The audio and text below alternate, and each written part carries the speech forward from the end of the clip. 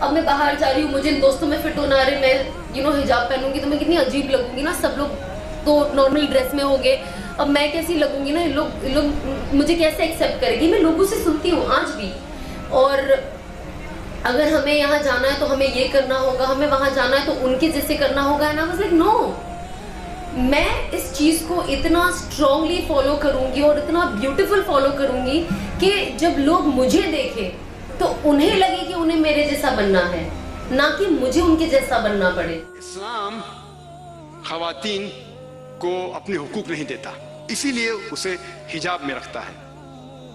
اسلام ڈیگریڈز women, اسلام خواتین کے حقوق نہیں دیتا, اسی لیے اسے حجاب میں رکھتا ہے اور اس کے اوپر ظلم کرتا ہے.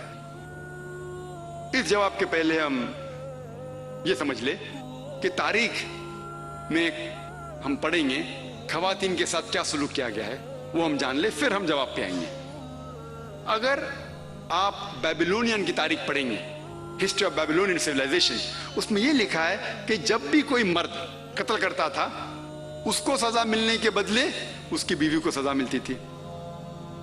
اگر آپ گریک سیولائزیشن پڑھیں گے, اس میں ایک خاتون تھی جس کا نام تھا پینڈورا, ایک امیجنری وومن تھی پینڈورا, جو گریک لوگ کہتے تھے اس کے وجہ سے ساری مشکلات جو دنیا میں ہیں وہ اس خاتون کی وجہ سے. ان کا ایک تصور تھا جو غلط تھا. اور اس گریک سیولائزیشن میں خاتون کی عزت ہی نہیں تھی, ویشیا پنا کافی کامن تھا, عام تھا. اگر آپ رومن سیولائزیشن پڑھیں گے, اس کے اندر بھی nudity and prostitution was very common. ننگا پن اور ویشیا پنا بہت عام تھا. خواتین لوگ صرف مزے کے لیے استعمال کیے جاتے تھے اور چھوڑ دیے جاتے تھے.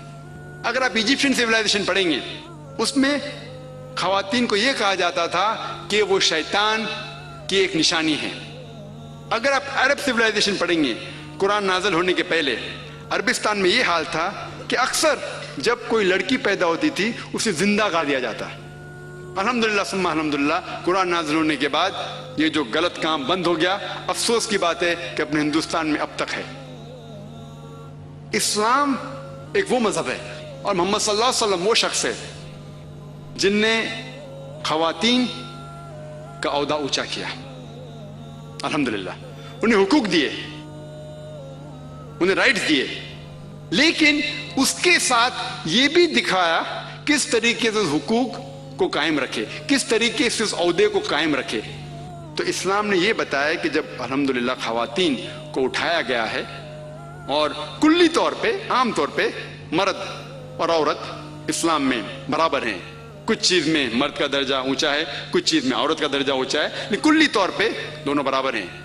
تو جب اسلام نے, قرآن نے عورت کا درجہ اٹھایا, انہیں یہ بھی چیز دکھائی کس طریقے سے اس سٹیٹس کو برقرار رکھے, اس عہدے کو برقرار رکھے. اور اکثر لوگ بات کرتے خواتین کے حجاب کے بارے میں. اللہ سبحانہ و تعالی قرآن مجید میں پہلے مرد کے حجاب کے بارے میں ذکر کرتے, پھر عورت کے. اللہ تعالیٰ فرماتے سورہ نور میں, سورہ نمبر 24 آیت نمبر 30 میں کہ اے مومن مرد, اے مومن, جب بھی آپ کسی خواتین کو دیکھیں گے تو نظر نیچے کرو. اس کا مطلب جب بھی کوئی مرد خاتون کو دیکھتا ہے اور کچھ بھی غلط خیالات اس کے دل میں آتے ہیں, امیڈیٹلی قرآن کا حکم ہے کہ نظر نیچے کرو.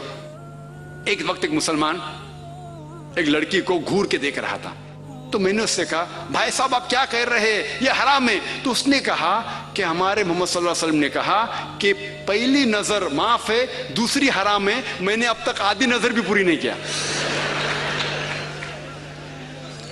تو محمد صلی اللہ علیہ وسلم حدیث میں فرماتے ہیں کہ پہلی نظر معاف ہے, دوسری حرام ہے. اس کے مطلب یہ نہیں کہ اب 10 منٹ تک کے لڑکی کو گھورتے رہو بنا پل کے جھپکائے اور کہیں گے کہ نظر پوری نہیں ہے. محمد صلی اللہ علیہ وسلم کہنا یہ تھا کہ اگر آپ انجانے میں کوئی خاتون کو دیکھ لیتے ہیں, لڑکی کو دیکھ لیتے ہیں, تو جان بوجھ کے اس کے طرف پھر سے مت دیکھو, اس کے خوبصورتی کو دیکھنے کے لیے جان بوجھ کے واپس سے مت دیکھو. دوسری آیت قرآن مجید کے اللہ تعالیٰ فرماتے سورہ نور میں, سورہ نمبر 24 آیت نمبر 31 میں کہ اے مومن عورتیں, اے مومنہ, آپ جب بھی کوئی مرد کو دیکھے تو اپنے نظر نیچے کرو اور اپنے سر